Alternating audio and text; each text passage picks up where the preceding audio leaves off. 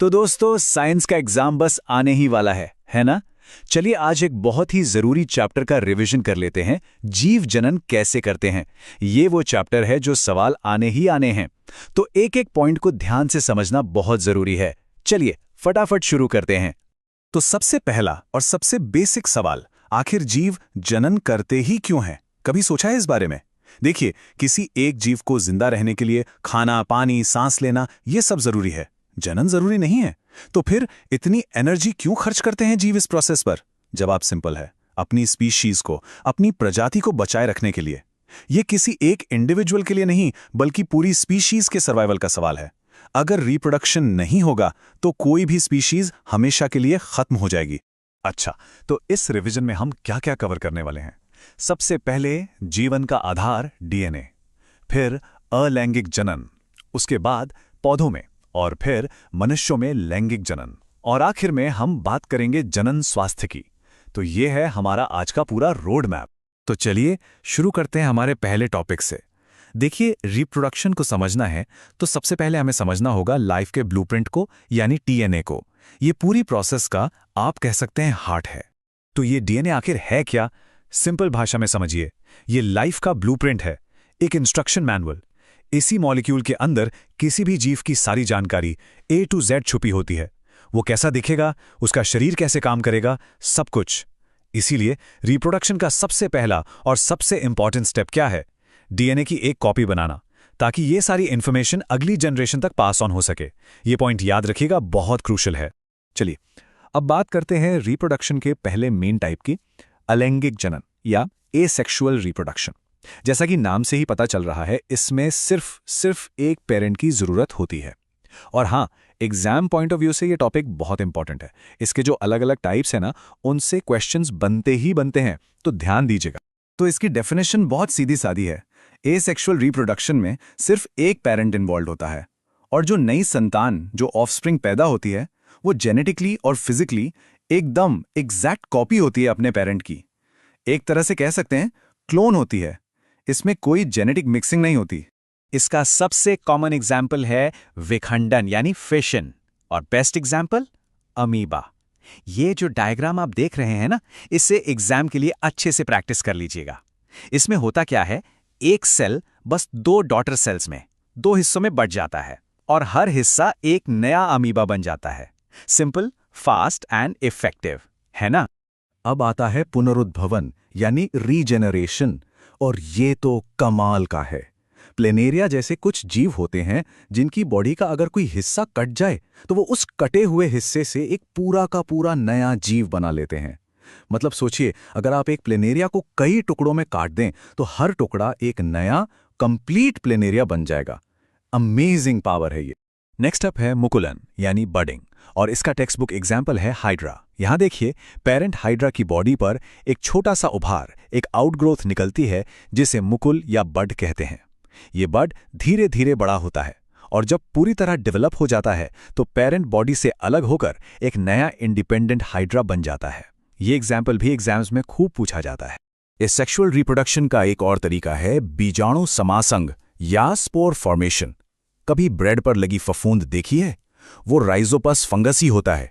ये क्या करता है, ये छोटे छोटे स्पोर्स बनाता है, जिनके ऊपर एक बहुत मोटी प्रोटेक्टिव वॉल होती है। ये वॉल इन्हें मुश्किल हालातों में, जैसे गर्मी या सूखे में, बचाकर रखती है, और जैसे ही कंडीशंस फेवरेबल होती हैं, मतलब नमी मिलती है, ये स्पोर जर्मिनेट करके नया फंगस बना लेता है। तो ये तो हुई अलैंगिक जनन की बात। अब आगे बढ़ते हैं और समझते हैं लैंगिक जनन यानी सेक्सुअल रिप्रोडक्शन को। ये प्रोसेस थोड़ी कॉम्प्लेक्स है, क्योंकि इसमें एक नहीं बल्कि दो पेरेंट्स इन्वॉल्व होते हैं, और इसी वजह से आती है डाइवर्सिटी यानी विभिन्नता। और इसकी शुरुआत हम करेंगे पौधों से। तो सबसे जरूरी बात, एक पौधे का रिप्रोडक्टिव पार्ट क्या होता है? उसका फूल। इस डायग्राम को ध्यान से देखिए। इसमें जो नर भाग है उसे कहते हैं पुंकेसर। ये बनाता है परागकण, और जो बीच में फीमेल पार्ट है वो है स्त्रीकेसर। इसके तीन हिस्से हैं, वर्तिकाग्र, वर्तिका और अंडाशय। एग्जाम में ये डायग्राम लेबल करने के लिए आता ही आता है, तो इसे अच्छे से तैयार कर लेना। अब एक पॉइंट है जहां स्टूडेंट्स अक्सर कंफ्यूज होते हैं, परागण और निषेचन में क्या फर्क है? देखिए, परागण यानी पॉलिनेशन सिर्फ पहला स्टेप है। इसमें बस परागकण यानी पोलन ग्रेन्स नर भाग से मादा भाग तक ट्रांसफर होते हैं, हवा से, पानी से या कीड़ों से। लेकिन असल काम, मेन इवेंट होता है निषेचन यानी फर्टिलाइजेशन। ये तब होता है जब मेल गैमेट और फीमेल गैमेट आपस में फ्यूज करते हैं अंडाशय के अंदर। तो याद रखिए, पहले परागण फिर निषेचन। तो इस पूरे प्रोसेस की जर्नी को 4 सिंपल स्टेप्स में याद रखते हैं। स्टेप 1 परागण हुआ। स्टेप 2 परागण से एक पॉलन ट्यूब निकली जो बीजांड तक पहुंची। स्टेप 3 बीजांड के अंदर हुआ निषेचन। और स्टेप 4 ये बहुत इंपॉर्टेंट है, निषेचन के बाद बीजांड बन जाता है बीज और अंडाशय बन जाता है फल। जी हाँ, हम जो फल खाते हैं वो असल में पौधे का पका हुआ अंडाशय ही होता है। पौधों के बाद अब हम बात करते हैं मनुष्यों में लैंगिक जनन की। ये प्रोसेस जुड़ी है उस फेज से जिसे किशोरावस्था कहते हैं, और इस दौरान जो बदलाव आते हैं उसे कहते हैं यौवनारंभ। तो यौवनारंभ या प्यूबर्टी वो टाइम है जब हमारा शरीर रिप्रोडक्टिव मैच्योरिटी की तरफ बढ़ता है। कुछ बदलाव लड़के और लड़कियों दोनों में कॉमन होते हैं, जैसे बॉडी के न्यू एरियाज में हेयर ग्रोथ, और कुछ स्पेसिफिक होते हैं। लड़कियों में स्तनों का विकास और मासिक धर्म की शुरुआत होती है, वहीं लड़कों में दाढ़ी मूंछ आने लगती है और आवाज भारी हो जाती है। ये रहे नर और मादा प्रजनन तंत्र। और फिर से एग्जाम के लिए इन दोनों के डायग्राम्स और लेबलिंग बहुत बहुत इंपॉर्टेंट हैं, प्रैक्टिस जरूर कर लीजिएगा। फंक्शनली याद रखिए, नर तंत्र का मेन काम है वृषण यानी टेस्टिस में शुक्राणु बनाना, और मादा तंत्र का मेन काम है अंडाशय यानी ओवरीज में अंडाणु या एग बनाना। इन्हीं दोनों के मिलने से रिप्रोडक्शन की प्रोसेस आगे बढ़ती है। तो जब शुक्राणु और अंडाणु का फ्यूजन होता है तो होता है निषेचन और बनता है युग्मनज यानी जाइगोट। ये जाइगोट फिर गर्भाशय यानी यूट्रस की दीवार में इम्प्लांट हो जाता है और एक भ्रूण यानी एम्ब्रियो में डेवलप होने लगता है। यहाँ एक बहुत स्पेशल स्ट्रक्चर बनती है, प्लेसेंटा। इसका काम जरूर याद रखना, ये माँ के ब्लड से बच्चे को सारा पोषण और ऑक्सीजन सप्लाई करती है। एक तरह से ये भ्रूण की लाइफलाइन है। लेकिन एक सवाल उठता है, क्या होता है अगर अंडा फर्टिलाइज ना हो तो? ये एक बहुत इंपॉर्टेंट क्वेश्चन है और इसका जवाब हमें मेंस्ट्रुअल साइकिल की तरफ ले जाता है, एग्जाम का एक और हॉट टॉपिक। देखिए, हर महीने यूटेरस यानी गर्भाशय एक पॉसिबल प्रेगनेंसी के लिए खुद को तैयार करता है। इसकी जो अंदर की लाइनिंग है वो मोटी और स्पंजी हो जाती है। लेकिन अगर एग फर्टिलाइज नहीं हुआ तो इस तैयारी का, इस लाइनिंग का कोई काम नहीं।